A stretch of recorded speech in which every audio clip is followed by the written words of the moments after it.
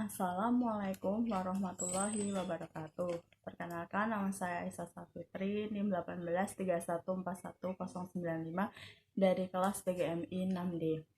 Di sini saya akan menjelaskan tentang isi dari skripsi yang telah saya teliti yang berjudul tentang peran guru terhadap hasil belajar siswa kelas 2 selama pembelajaran daring di MI Al-Kausar Gumpang, Kartasura.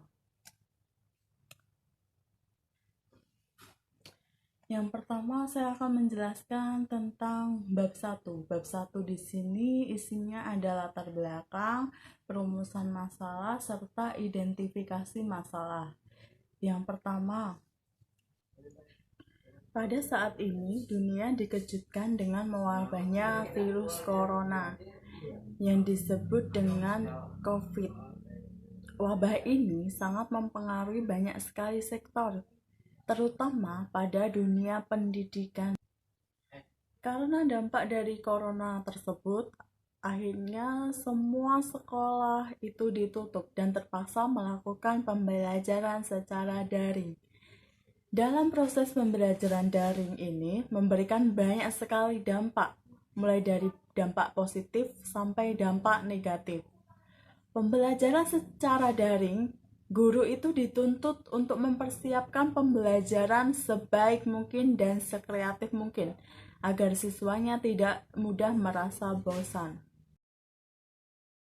Dalam proses pembelajaran daring ini tidak mudah, dikarenakan di sini yang terlibat tidak hanya guru dan siswa saja, tetapi orang tua juga. Dan MI Al-Kausar Gumpang Kartasura ini merupakan lembaga pendidikan yang ikut menerapkan kegiatan pembelajaran daring dalam mengatasi permasalahan pendidikan pada masa corona. Dalam pembelajaran daring, peran guru sangatlah penting untuk menentukan hasil belajar siswa. Guru dituntut untuk bisa berkomunikasi secara baik melalui handphone agar bisa terwujud hasil belajar yang memuaskan. Oleh karena itu, saya akan melaksanakan penelitian yang berjudul Peran Guru terhadap Hasil Belajar Siswa kelas 2 selama pembelajaran daring di MI Al-Kausar Gumpang, Kartasura.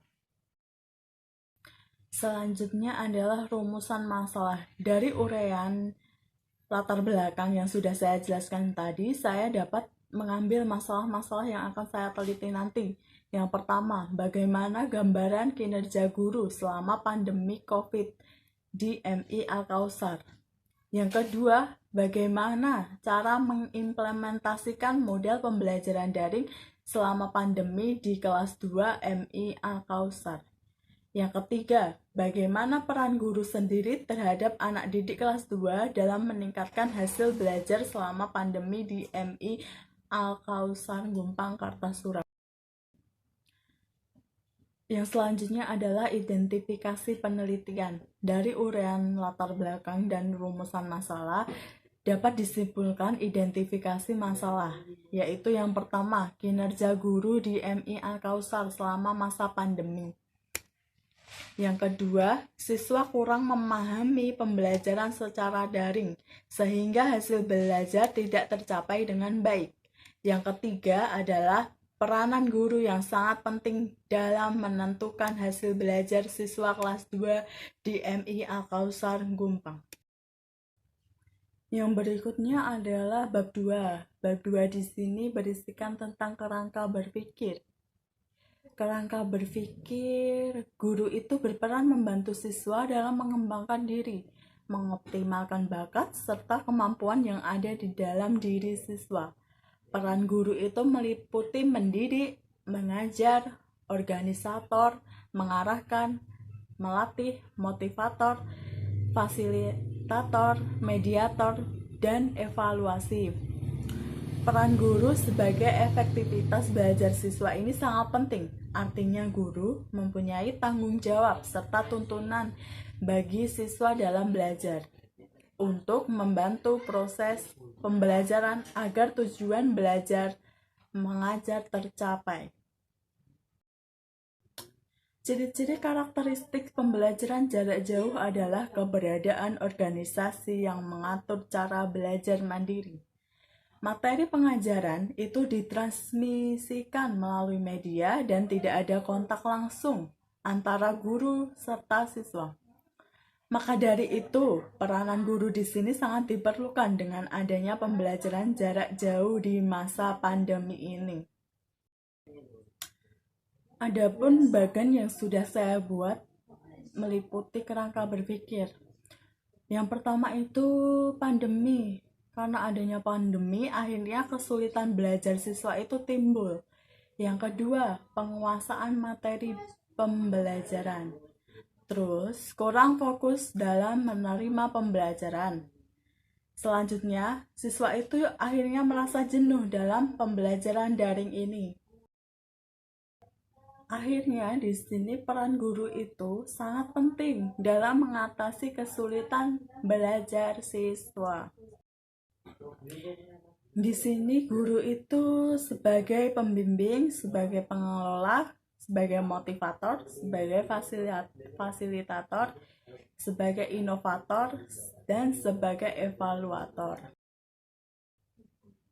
Yang berikutnya adalah masuk ke bab 3. Bab 3 di sini tentang metode penelitian.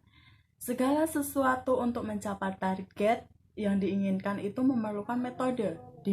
Demikian dengan saya juga memerlukan metode agar cara kerja yang diinginkan itu berhasil dengan baik. Adapun metode yang saya gunakan adalah penelitian lapangan dengan menggunakan metode deskriptif dengan pendekatan kualitatif. Metode deskriptif adalah penelitian yang berusaha mendeskripsikan segala sesuatu peristiwa kejadian yang terjadi saat sekarang. Peneliti ini memusatkan perhatian pada masalah aktual sebagaimana adanya pada saat penelitian berlangsung di masa pandemi ini. Selanjutnya adalah setting penelitian.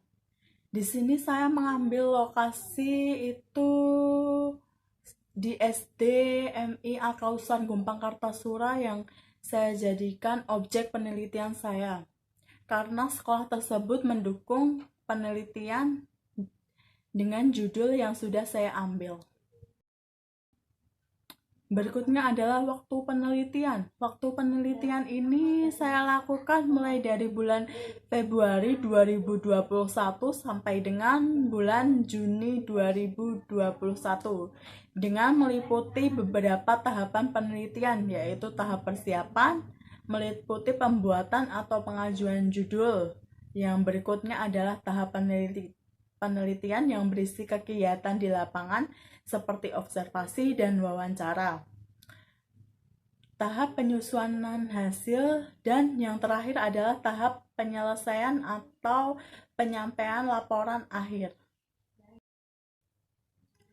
Mereka banyak yang merasa jenuh ketika pelajaran disampaikan dengan menggunakan metode ceramah. Siswa cenderung pasif, itu mengakibatkan jenuh, bosan, dan mengantuk. Mata pelajaran sebenarnya menarik jika dibawakan dengan metode permainan atau dilihatkan film.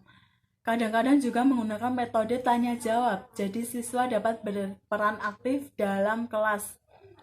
Di perpustakaan juga banyak buku tentang pelajaran, akan tetapi malas membuka jika hanya bacaan dan tidak ada gambarnya.